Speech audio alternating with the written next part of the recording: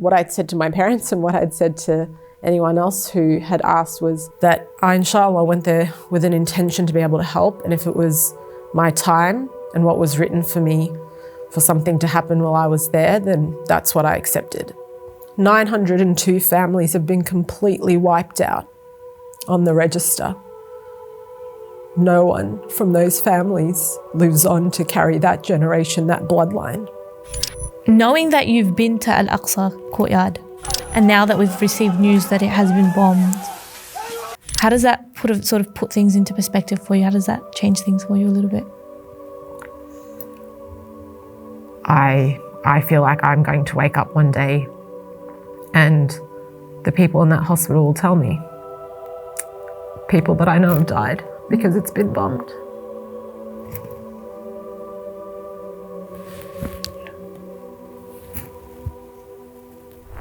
Assalamu alaikum wa rahmatullahi wa barakatuh, Dr. Bushra. Wa alaikum assalam wa rahmatullahi wa barakatuh. It is an honor for us to have you joining us here today in the studio to tell us a little bit about your medical mission, your recent medical mission to Gaza. Thank you very much for having me. I think the honor's all mine. A lot of people say that to simply donate to the cause of Gaza and to keep the people of Gaza in our prayers is enough. But you took that extra step, that courageous step to go to Gaza, to go to Palestine. What was it that motivated you to take that step? I think first and foremost, as a doctor, you take a Hippocratic oath knowing that you'll be able to train and then potentially serve your community, serve your people. And so it's instilled in us throughout our training to be able to serve others and provide help and aid. As a surgeon in particular, I always knew that at some point I'd like to go back to Palestine and be able to try to help my Palestinian community. I think over the last 12 months, what I was witnessing through my phone, the attacks on hospitals, the types of injuries that were occurring, the complete destruction of the healthcare system, I just felt completely helpless being all the way over here and recognising that there was potentially an opportunity for me to actually put into action what I'd always wanted, which was to be there on the ground, physically able to help. And I think not even just as a surgeon or as a Palestinian, but as a human, that feeling of helplessness and wanting to really put your money where your mouth is, as they say, to try to go over there and be a part of something where you might be able to make a difference in terms of not only just saving lives, but potentially bearing witness to the injustices that were occurring. I felt it was both a duty and an obligation to be able to try to make that happen. There are lots of people around the world, lots of doctors and nurses who would love to go and volunteer in Gaza and to be able to try to get there on the ground. And unfortunately, Israel's preventing many of us from trying to be able to go there now. Could you describe what Gaza looked like to you? No words will ever do it justice. And even till now, it's been 3 months almost since I've left. And whenever you see footage, you still can't believe that that is what Gaza looks like now. When we first entered through the UN convoy, you go down one of the two main roads, Salah ad-Din Road, and your eyes are bearing witness, but your mind just cannot comprehend the scale of destruction. So kilometres of buildings that have been blown to smithereens, metres high of rubbish and rubble, people walking barefoot in the street, bags of flour and rice that have been thrown about everywhere. And then the last hour or so, the cars or the UN convoy is weaving through all the tents of the displaced people everywhere. And again, it felt indescribable. So they say, picture paints 1,000 words. It's actually so much more confronting and horrific when you see it there in person. But I don't think I'll ever be able to truly give it justice to describe what Israel has done to Gaza. This might be a tough question, but could you recall what was your hardest day in Gaza like? Probably the last 24 to 36 hours. I think it's clear from everyone who has been to Gaza and has had to leave that they wish that they could have had an opportunity to stay. at least if not longer, then for a much, much longer period, or never having left at all. And so I understood at a theoretical level that at some point the mission was going to come to an end, and that we would have to leave. There was some discussions about when that was going to be, and the thought from the team was that we still had a few days before we were meant to exit Gaza. On that very last day, there had been a bombing nearby to Al-Aqsa hospital, which is where we were based in Deir Al-Balah. And so a number of women and kids were brought in with devastating injuries, one of them being a young boy with his abdomen completely ripped open, his guts spilling out, and bleeding to death from injuries to some of his major vessels. And juxtaposing that with a young male who'd been sniper shot in the pelvis and the lower limb, who again was also brought into the hospital and was bleeding out. So you can imagine the emotions of seeing a young child with their guts spilling out everywhere, knowing that you probably won't be able to do anything really to save them in that current circumstance. So my colleague, Dr. Jamal, and some of the local staff were working on that young boy, while I helped some of the other local staff work on the young male that had been brought in with the gunshot injury.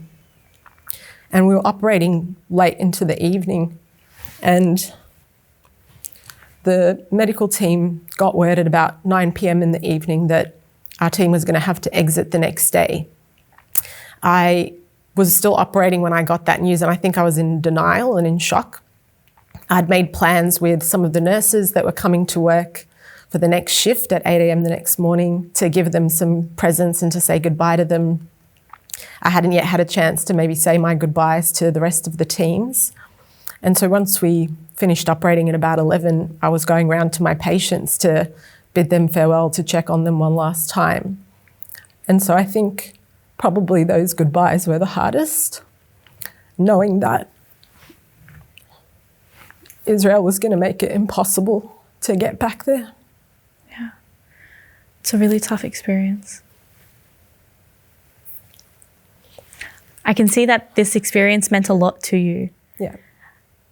It really impacted your life, I think. How has this experience impacted the way that you're going to lead the rest of your life? I think, subhanAllah, everyone has certain moments or certain experiences that are probably more transformative than others. And I think this particular mission and my time in Gaza was that transformative experience for me. I think one thing in particular is trying to reconcile not only your duty as a human to what's occurring over there, but your obligation as a Muslim, as a Palestinian, as a doctor who has certain principles, ethical principles and moral obligations that we're meant to uphold. But also then reconciling that Allah's given us such privilege and generosity here in our lives in Australia, and that our brothers and sisters are suffering beyond comprehension over there, so that really every day you have to do everything in your capacity to be able to advocate for them, to try to get this assault, this genocide to stop in whatever way you can. Despite all of the destruction and suffering that the people of Gaza are experiencing, we still see the hope that comes in from them, the resilience that they have. What did you observe about their resilience whilst you were there? I think Palestinians in general, have been forced to be resilient. This is a people that have been under occupation for over 76 years. They've had to live with having limited power and electricity, limited supplies, limited access to food and water. When they protest peacefully, they get shot at, their homes get demolished. Any hopes and dreams that they have for their children in terms of education or schooling or travel is consistently shattered and destroyed. And yet they are a people who show love, such generosity, not only with their time, but with their money, their food, their ability to care for you and spend time with you. There were so many moments of glimmer and joy scattered throughout our time in Gaza. And they've had to learn to just make the best of the situation that Allah has placed them in. And their ability to do that really comes down to their strong faith and tawakkul in Allah, that this is what He has ordained for them to go through. And no matter what that entails, they will say, Alhamdulillah, they will say thanks for that. So the little kids in the courtyard, always wanted to come and play with us. They were always smiling. They'd want to sing us anashid or recite us Quran, mashallah. There's so many people in Gaza have memorized so much of the Quran. Even in theatre or throughout the hospital, people would still joke around and reminisce with you and be able to sort of tell you about their lives and take pride in that. And that's one thing that will never be conquered. Not only their resilience, but that ability to love, to have community, to be joyful despite all of the extenuating circumstances. Could you tell me a little bit about the challenges that you faced within the hospital system, within the healthcare system? How did the hospital work? How did that change between your own perception, your own practice here in Australia? We come from a place where there is no such thing as scarcity, really, here in a lot of Western medicine. Anything that you want, whether that be a stapler device, a suture, any dressings for patients, there's not really a circumstance or a time that I can think of where I haven't had access to almost anything that I would have needed. And Gaza operates on the complete opposite side of the spectrum to that. And you really have to think a little bit outside of the box as to how to be able to provide any sort of reasonable care for patients. Some of the most shocking things have been just the healthcare facilities themselves. So, Israel has targeted hospitals, they've bombed certain buildings, they've prevented medical aid and supplies from entering. So all of the medical mission teams that have been entering ever since the military's burnt down the Rafah border crossing with Egypt have meant that you can't bring in medications, you can't bring in medical aid or supplies. You travel between Israel and into Gaza and you see all of those supplies just sitting there, not being allowed in. And when you're physically there on the ground in the hospital, there'll be a mass casualty in the emergency department. It'll be completely chaotic. There's no disposable gloves for you to find. There's one blood pressure machine for the whole emergency department. Patients are on the floor because there's no beds and there's no space for them to be treated. People will die because you just simply don't have any of the basic requirements to be able to treat them. So whether that be medications, fluids, blood products, the ability to do certain scans. When we were there, the X-ray machine that some of the orthopedic surgeons use, the bone surgeons, broke down, and maybe 70 to 80 patients were unable to get their emergency operations with their broken bones because of that machine being broken.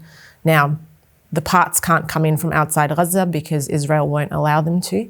And so the local engineers, and one of the engineers on our medical mission team, Khalid Shakhshir, was able to get that machine up and running when he came and joined us in Gaza. And the celebration in that hospital was bigger than the celebration for Eid. So the ability for the local staff to treat patients and have a machine that was allowing them to do their jobs was, indescribable scenes of joy. And even till now, I'm getting updates all the time from the ground. There's no sterile gowns, there's no sterile gloves, there's no gauze, there's no dressings for patients, there's no catheter bags, there's no stoma bags. There's just literally nothing.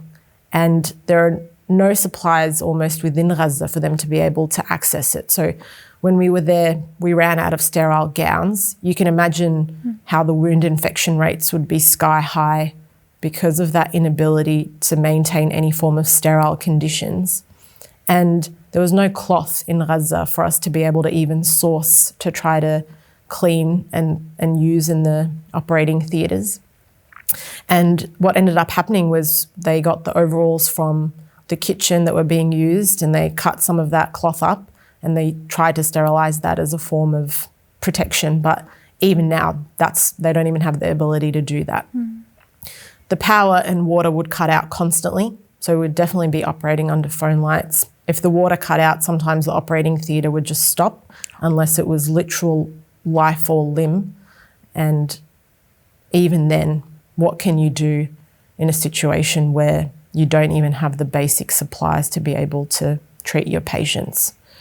So I think the disparity of feeling like you have the skills and the skill set, and not only me, I mean all of the local staff that work there have excellent skills to be able to care for their patients, but the conditions prevent them from doing so, and you'll see patients die because of that. How did you see the Palestinian people dealing with loss, and how did you and the rest of your medical mission also deal with loss on that experience? I think there are a number of different ways that we saw loss manifest. So many people who might watch Al Jazeera News would recognise that in one area of the Al-Aqsa hospital is where all the janazah prayers happen, where the bodies come to be cleaned and then enshrouded in the white cloth. And that occurs constantly, day in, day out. So whenever you'd walk around the hospital, you'd always see families crying for their loved ones that have been killed and murdered, and janazah prayers occurring. And, you know, some of those cloths look like they're covering small bodies. There's so many children that have been caught in this assault. And it's exceptionally difficult. It's a heavy, heavy burden on your heart to see children in particular. You see 18-month-old babies that have lost both their parents in bombings to their homes, that have come in with severe burns.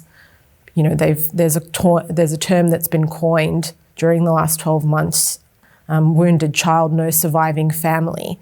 And I remember I spoke about that in November of last year. I said, how is it that we can have thousands of kids with no surviving family members? That's atrocious.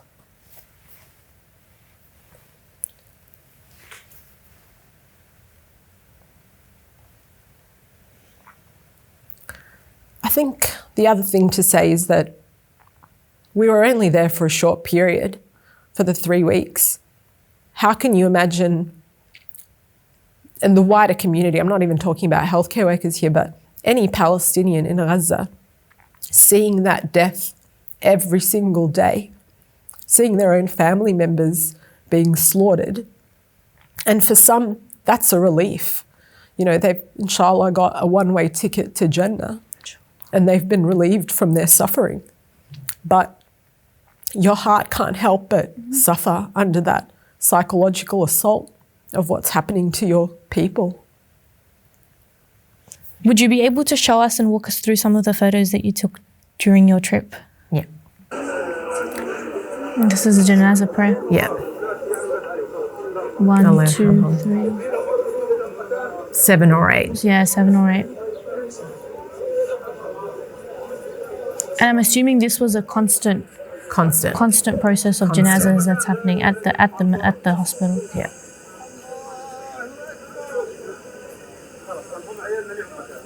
So that room back there is where they will put the bodies in the fridge, waiting for either family members to come and say goodbye. And the room on that back corner is where they will wash and clean the bodies. Yeah. Families of Gaza are really breaking down because of it. Generation after generation. 902 families have been completely wiped out on the register. No one from those families lives on to carry that generation, that bloodline.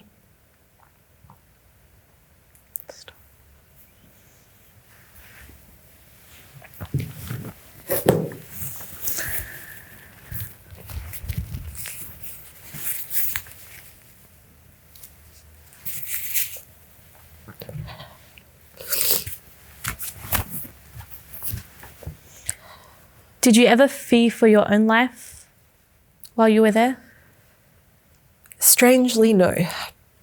And even I think when I sort of volunteered my name and hoped that I would have the ability to be able to go to Gaza, I'm not sure if partly it was denial or being naive. I recognised what it meant to be there. I mean, there is no safe place anywhere. Schools are not a safe place. Shelters are not a safe place. Hospitals are not meant to be a target, they're meant to be a safe haven.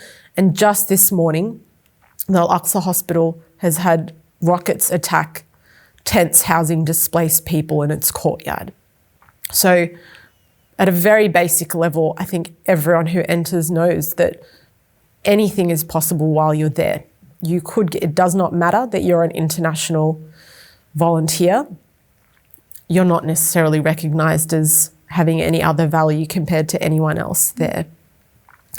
And I suppose what I'd said to my parents and what I'd said to anyone else who had asked was that I, inshallah, went there with an intention to be able to help. And if it was my time and what was written for me for something to happen while I was there, then that's what I accepted. And when you're there, you know, the people around you of Gaza, they don't sort of think of it in that way, that at any moment they could potentially get caught up in something or, you know, might die.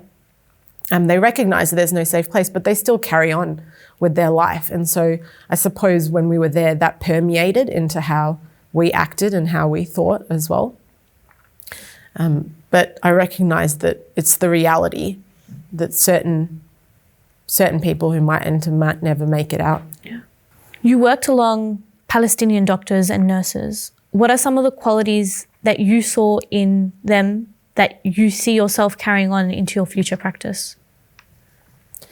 I think one of the biggest things is compassion and empathy. These doctors and nurses are beyond burnt out. Yeah. They've been stuck and besieged in hospitals, surrounded by army tanks. You know, some of them worked at Al-Shifa and were stuck there for 37 days, never being able to leave that hospital. And yet they worked 24 hours a day, 7 days a week, doing the best that they could to try to save any life when they were there. And their compassion for their colleagues, their compassion for the patients that they treat, you know, willing to listen to their stories, willing to go above and beyond trying to provide some sort of basic healthcare for them. I think that'll definitely stick with me. I do feel like my heart somehow has expanded by being there. And I think the love that they show to each other and also to us, the generosity with which they treated us and cared for us, again, is something else that I didn't necessarily expect, because these people don't have anything. They don't have money. They don't have the ability to access meat, fruit and vegetables, eggs. They haven't had any of these things for months. And when they got the opportunity to access them, what they would want to do was to show you respect and honour you by giving you those things. So they would give beyond their own means so much. And just their ability to endure, you know, that strength, that faith that they have in Allah and their reliance on the deen to really pull them through, that's something else that's really stuck with me. What sort of message would you have to get medical aid, to get food, to get all of these things that the people of Gaza desperately, desperately need? What sort of message would you give? I think the people are doing what they can, but it's governments around the world, as well as health organisations and the NGOs that have been in Gaza for long before 12 months, that know the situation on the ground. So the wider community definitely needs to be engaged and to raise their voice, but we need to be putting political pressure on our MPs and our governments to intervene. We need to be calling to allow medical aid and supplies to enter without restriction. Yeah. So there is no reason, there is no logical, common sense reason that medical aid and supplies should be prevented from entering Gaza. And why our governments are not ensuring that Israel complies with international humanitarian law to allow that to occur is baffling. Yep. That's unacceptable. I think I've spoken a little bit about healthcare facilities and healthcare workers.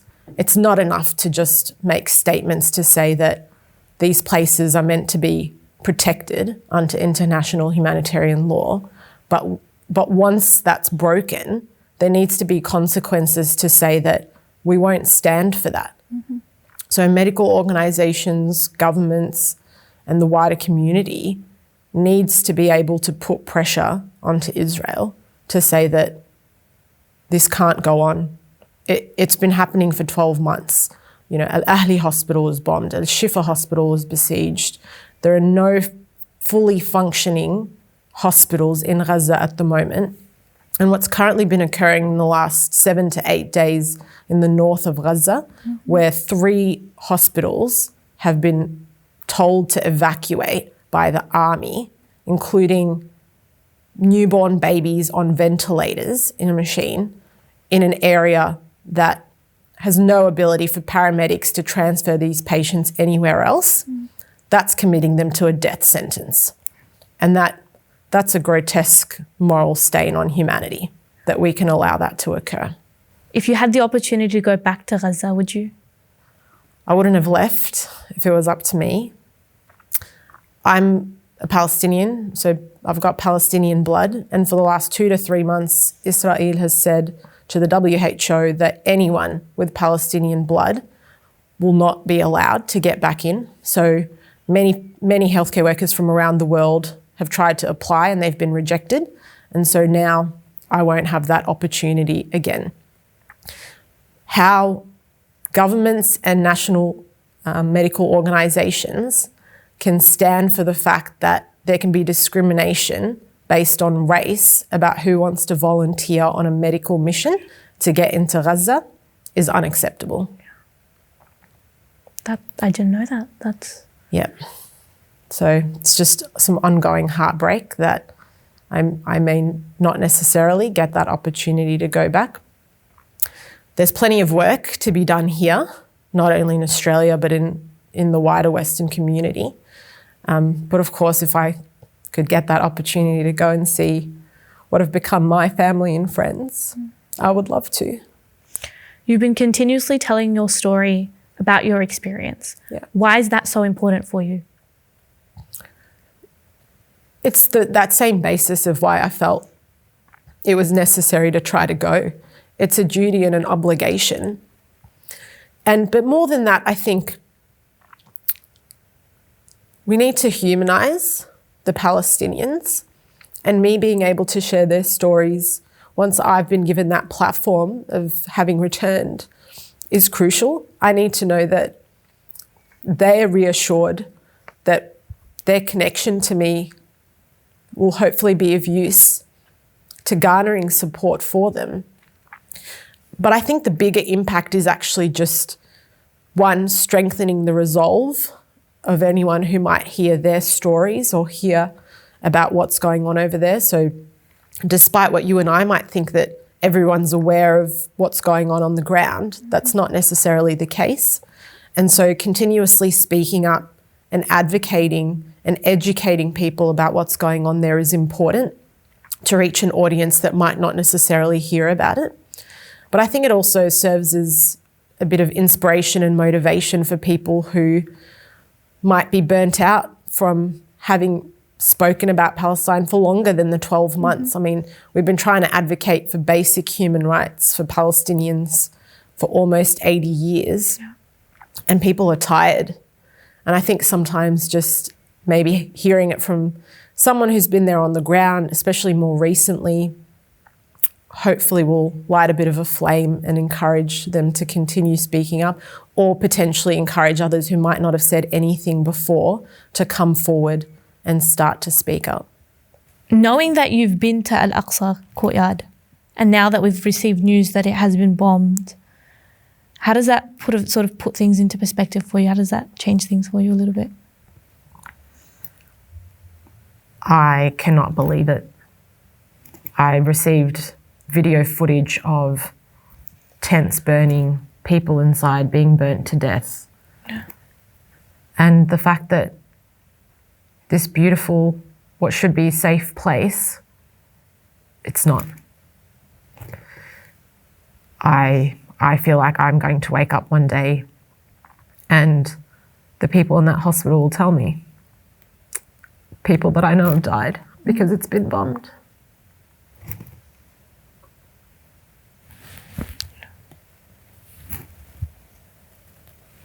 It's hard to imagine when you haven't been there, but when you have been there, it's a whole nother story. Yeah, that's exactly right. That was home for 3 weeks, and I still think of the fact that I left my heart there.